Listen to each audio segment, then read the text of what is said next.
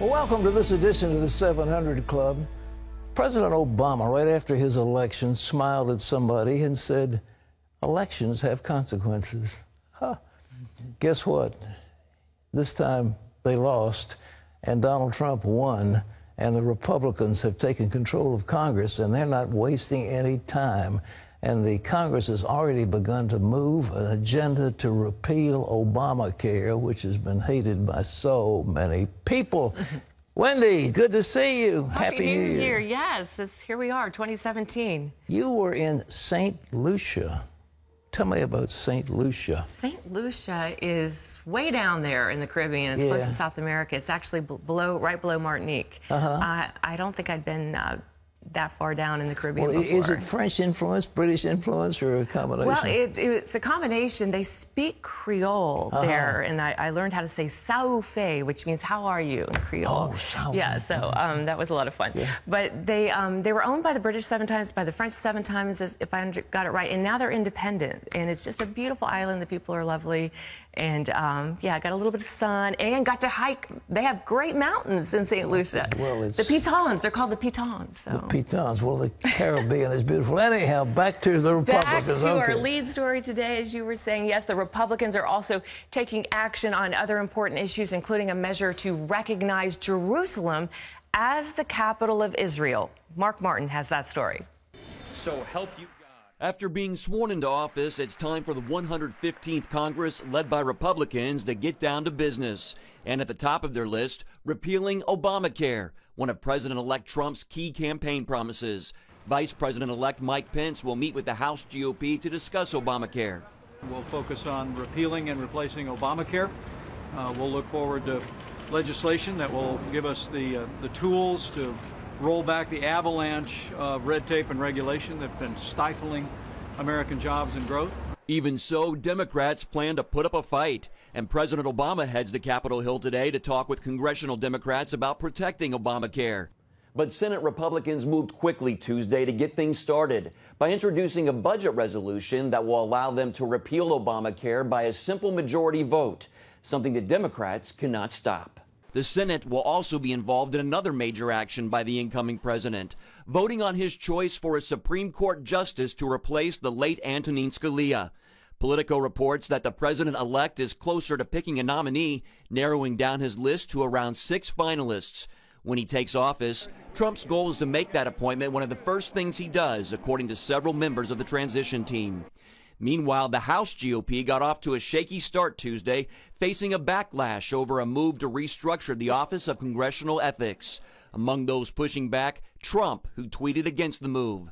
House Republicans then changed their minds. We were getting phone calls on the ethics. The headlines were kind of like we weakened ethics and et cetera, so that's never a good headline. The talk on Capitol Hill has not just been limited to domestic issues. The Hill reports that GOP senators have announced legislation to recognize Israel's official capital as Jerusalem and to move the U.S. Embassy from Tel Aviv to Jerusalem. Trump also supports moving the embassy. And there's been talk among Republicans about cutting funding to the United Nations after the Obama administration refused to support Israel in a vote against Israeli settlements. Mark Martin, CBN News. Thanks, Mark. Well, the important announcement probably is the next justice of the Supreme Court to succeed Anthony Kennedy, who died tragically. And a friend of ours, a man who's a superb judge, is William Pryor, and there's some word on that, and David Brody's here with us. And David, what do you hear about him?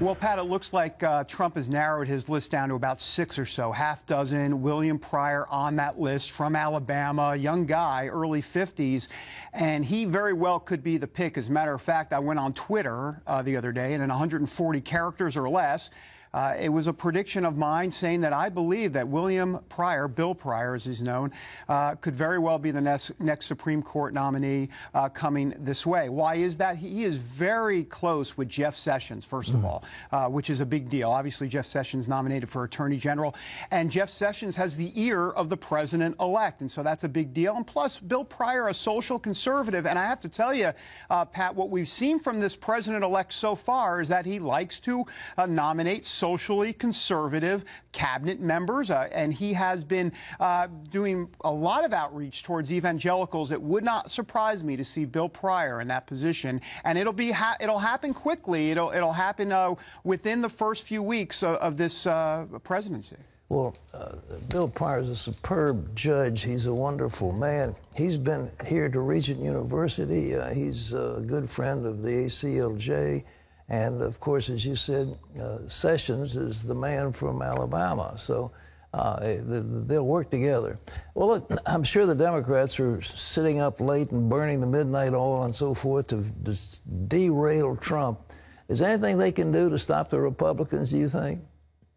Let me think for a moment. No, Pat. There's your answer. And look, a part of this is, look, you live by the sword, you die by the sword. And what do I mean by that? Let's go back to these two words that you're going to hear a lot about: budget reconciliation. You know those words, Pat, and you also know that when Obamacare was passed by the Democrats, it passed with 51 votes. It passed through budget reconciliation.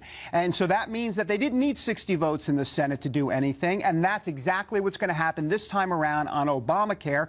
They don't need Democrats' support. They don't need 60 votes. Of course, Republicans have 52 votes in the Senate, and so the repeal will take place through a process known as budget reconciliation, where you only need a simple majority, and that's exactly what's going to happen. Now, they're not going to be able to repeal every single part of Obamacare, but they'll be able to repeal the parts that relate to the budget. That's why it's called budget reconciliation. So, for example, the subsidies will be gone. That will be repealed. The individual mandate most likely will be gone as well. And Medicaid funding will be either capped or scaled back. So that is a lot of the stuff that will be repealed starting here in these first few weeks.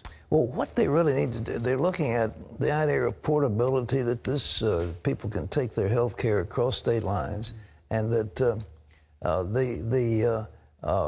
mandate will not prohibit the open flow of private companies into the marketplace, which, of course, has been a disaster. How long do you think it's going to take the Republicans to put together an alternative? The sense up here in D.C. is 2 to 3 years, and that might be lowballing it, Pat. There are folks up here on Capitol Hill that would like to actually see it to be 4+ years. Now, that's excuse me, I can't even say it. Somewhat of a non-starter, if you will. But it's looking about 2 to 3 years, and that's why they're calling this repeal and delay. And what does that mean? It means repeal right away, but then delay the implementation of some sort of new system, and that could take 2 to 3 years. Well, all right, you've got the former head of ExxonMobil. It's going to be I guess, the lightning rod for the attack. Because he says he knows Putin. What do you think? Rex Tillerson's an incredible guy. He would make a wonderful Secretary of State. Yeah, there's a lot of talk, obviously, about Rex Tillerson up here. He is going to be the #1 guy that Democrats go after. I don't think there's any question about it. Now, here's the problem. We're going back to, if you live by the sword, you die by the sword. Let's go back for a moment to the nuclear option back in 2013, where Democrats changed the rules, and that means that cabinet appointees now only need 51 votes to get through the Senate, not 60, is what it used to be. And so the Democrats are going to be hard-pressed to stop any of Trump's cabinet members or cabinet nominees. Now, having said that, Rex Tillerson is an interesting situation because Democrats, no doubt, will be most likely against him, but you have some prominent Republicans as well, Senator Lindsey Graham, John McCain, a few others that have problems with Rex Tillerson's ties to Vladimir Putin. And so he may be one that could be potentially in danger, and one the Democrats could stop only because McCain and Graham and others could actually go off the GOP reservation on this and torpedo Tillerson right away.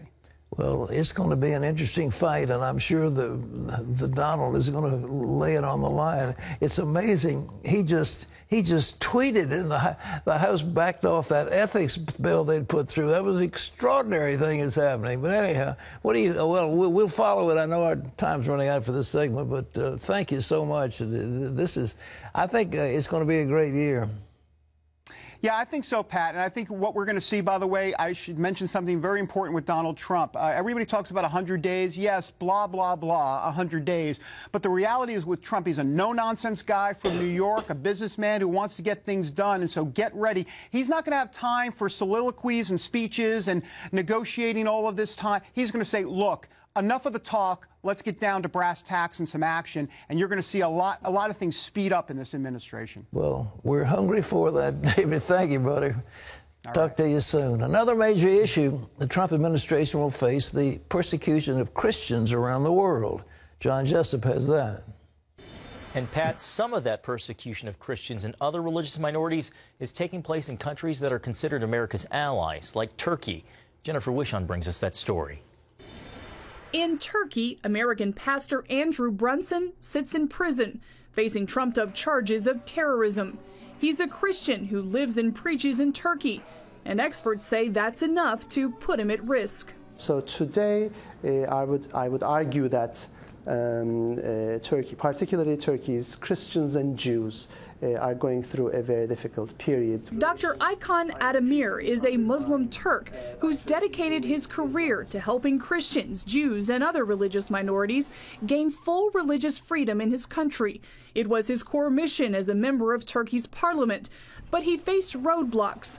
Now he advocates from Washington, D.C., working with the Foundation for the Defense of Democracies. I think Christians have learned to live under constant threat of physical or symbolic violence. They're used to constant messages of hate. They're used to Turkey's culture of impunity, meaning they know that there will be very lenient sentencing to the assailants. And things got worse last summer, he says, after a coup attempted to topple Turkish President Recep Tayyip Erdogan. Turkish authorities were already suspicious of Protestants, especially missionaries. Since the coup, it's gotten worse. When we talk about Turkey, we're talking about basically the biblical lands. This is the country that hosts a lot of the Jewish and Christian sites. So there's a very rich heritage, and it's so sad to see how Turkey's Islamists systematically not only marginalize them, but also portray them as being foreign. In the coming months, Ademir fears other Protestant pastors and missionaries could be framed by security forces like Pastor Brunson. And following the coup, it's hard to find Turks willing to speak out for their Christian neighbors. The majority of citizens are afraid to talk because since July 15th, 110,000 civil servants have been fired from their jobs, 37,000 people have been arrested, hundreds of news outlets, including newspapers, magazines, TV, and radio stations, have been closed. It's an issue President-elect Trump will have to confront, as Ademir and others fear America's NATO ally increasingly resembles an authoritarian regime. Jennifer Wishon, CBN News, Washington. Thanks, Jennifer. Pat, a lot of changes in Turkey during Erdogan's administration. I think without question, that so-called coup was a put-up job. It was a phony. It was orchestrated by Erdogan himself. He wanted to, the army was really strong, and he wanted to neuter them, and he succeeded in doing it very well. He also shut down any potential voices of opposition to him. I mean, he is a ruthless dictator. And the thing that concerns me is that he and Vladimir Putin are getting together to suppress the Kurds.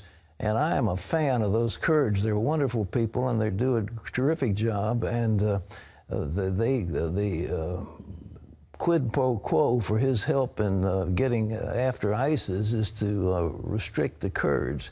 So keep your eyes on Turkey. And again, you read the book of Ezekiel, and it talks about Gomer and all these hordes coming in from Gog and Magog. You read that.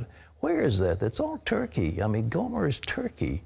And Turkey will be one of the lead players when there's an invasion of these forces, according to the Bible, against Israel. And we heard about Rosh. Well, Rosh in Hebrew means head, and it doesn't necessarily mean Russia.